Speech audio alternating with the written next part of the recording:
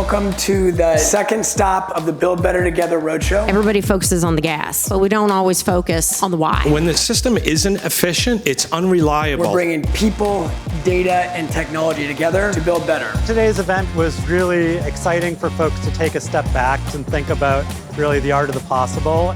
It's rare that you get the perspective both from the engineering consultant side and the contractor side in the same room.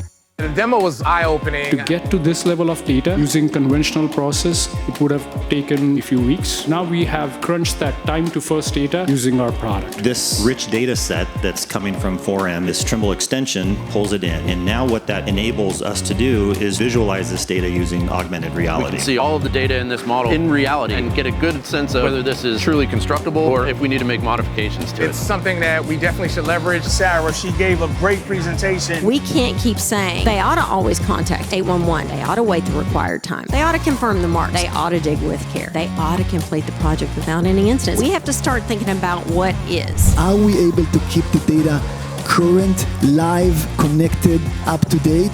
That's the challenge. I feel like the industry isn't leveraging the technology. We're all doing it separately through our own silos. I believe my peers should be at the next Build Better event. Today's event was amazing. This event was about what can we do, not what we can't do.